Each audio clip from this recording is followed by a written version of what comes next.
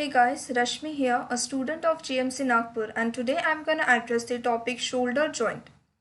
We're gonna discuss it under 9 headings. First will be its type, then the articular surfaces, ligaments and bursa associated with it, then its relation, blood supply, nerve supply, movement, and lastly the clinical anatomy. Beginning with the type of this joint, it is ball and socket variety joint. Coming to articular surfaces, the joint is formed by articulation of the glenoid cavity of scapula with the head of humerus, and hence this joint is known as glenohumeral joint. Now structurally, this joint is very weak because the glenoid cavity is too small and shallow to hold the head of humerus.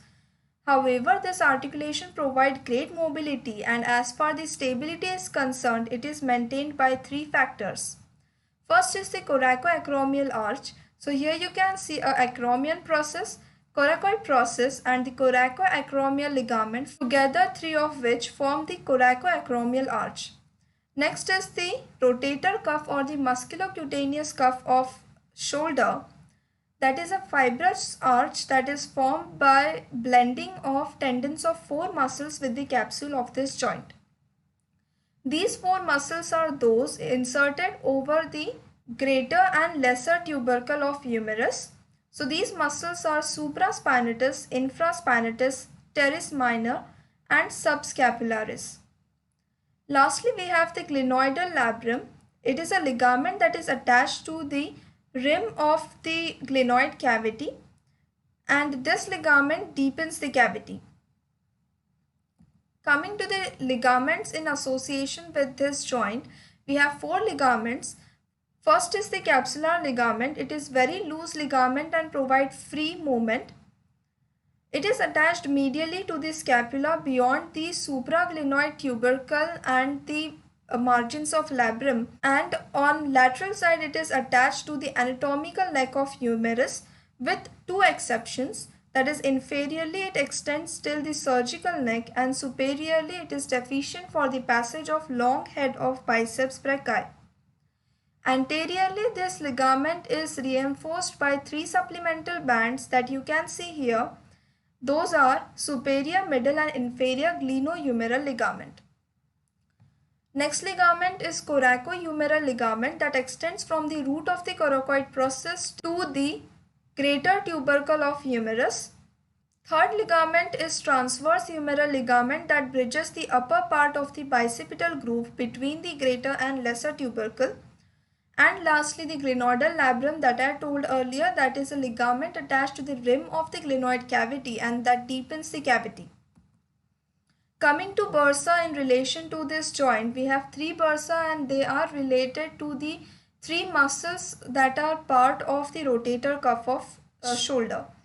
So we told that superiorly we have the supraspinatus muscle, posteriorly there was infraspinatus muscle and anteriorly the subscapularis muscle forming the rotator cuff along with teres minor. Similarly, superiorly we have subacromial or the subdeltoid bursa that separates the acromion process and the coracoacromial arch from the supraspinatus muscle. Anteriorly, we have the subscapularis bursa that separates the subscapularis muscle from the capsule of this joint, and posteriorly the infraspinatus bursa that separates the infraspinatus muscle from the capsule of this joint. Next, coming to relations of this joint, superiorly we have the acromion process, coracoid process and a ligament in between two, that is coracoacromial ligament, and we told one muscle was superior of the rotator cuff, that was supraspinatus.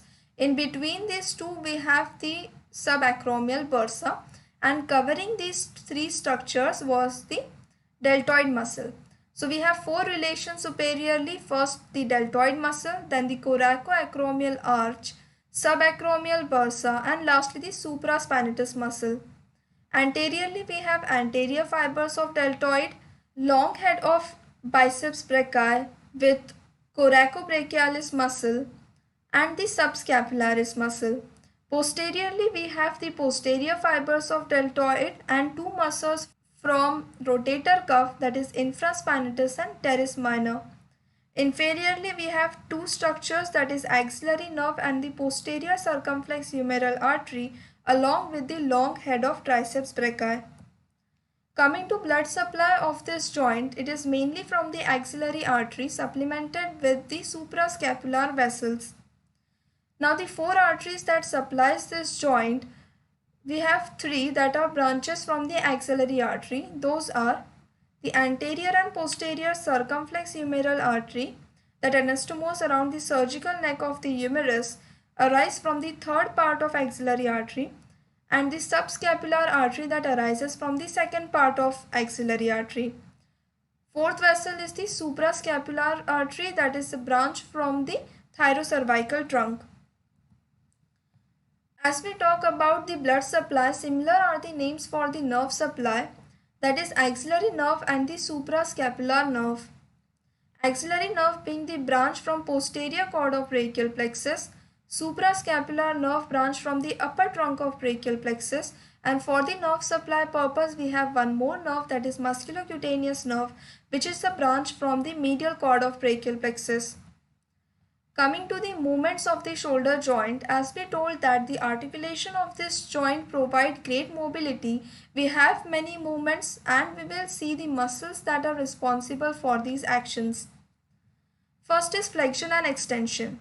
So when you move the arm forward and medially, the movement is known as flexion. Muscles involved here are pectoralis major and anterior fibers of deltoid. When you move the arm behind and laterally, the movement is known as extension, and muscles involved are latissimus dorsi and posterior fibers of deltoid. Coming to adduction and abduction, when you move the arm anterolaterally towards the midline or the trunk, it is known as adduction, ADD. Muscles involved here are pectoralis major, latissimus dorsi, short head of biceps brachii and long head of triceps brachii. The opposite to this, that is when you move your arm away from the midline anterolaterally, the movement is known as abduction. Now for 0 degree to 90 degree abduction, two muscles are involved, that is deltoid and supraspinatus, and for overhead abduction, that is above 90 degree till 180 degree, we have two muscles, that is serratus anterior and trapezius. Coming to medial rotation and lateral rotation, these movements are best explained in mid-flexed elbow. So when you rotate your arm across the chest, either in front or back, medially, the movement is known as medial rotation. We have four muscles, mnemonic being part for this action. Firstly, the pectoralis major muscle, anterior fibers of deltoid, latissimus dorsi and teres major.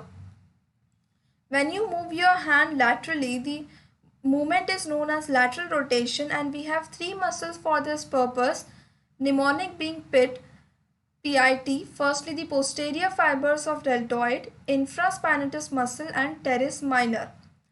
Now take a note of one thing here, that the teres major is responsible for medial rotation and teres minor is responsible for lateral rotation. Lastly, we have circumduction. This is a combined movement in which hand follows a circle with a sequence of movements that include extension, adduction, flexion and abduction in that manner. Lastly, coming to the clinical anatomy of shoulder joint, we're gonna discuss it under four aspects. First is dislocation. Now this joint is most prone joint for dislocation than any other joint. Dislocation mostly occurs in abducted arm, where the head of humerus is pressed against the glenoid cavity, and it is dislocated mostly inferiorly, where it is least supported by the capsular ligament. The reason for this joint to be most prone for dislocation is the laxity of its capsule and the disproportionate areas of articular surfaces. Shoulder tip pain is actually a referred pain in shoulder whenever there is irritation in the peritoneum underlying the diaphragm. Now reason behind this is the peritoneum that is supplied by the phrenic nerve, and the supraclavicular nerves that supply the skin over the shoulder. Both of them arise from the same spinal segments, that is C3 and C4. Third aspect is aspiration. For aspiration, the needle is introduced if it is done anteriorly through the deltopectoral triangle, and if laterally, then just below the acromion process. Lastly, coming to frozen shoulder. Now this is a condition that is mostly experienced by the people of age group 40 to 60 years. Clinically, patient will complain for a progressive increasing pain in shoulder, stiffness of the joint, and also restriction in all the movements. Reason behind this is the two capsules of the synovial membrane of this joint, they become adherent to each other, and hence frozen shoulder is also known as adhesive capsulitis. So this was all about shoulder joint. Thanks for watching.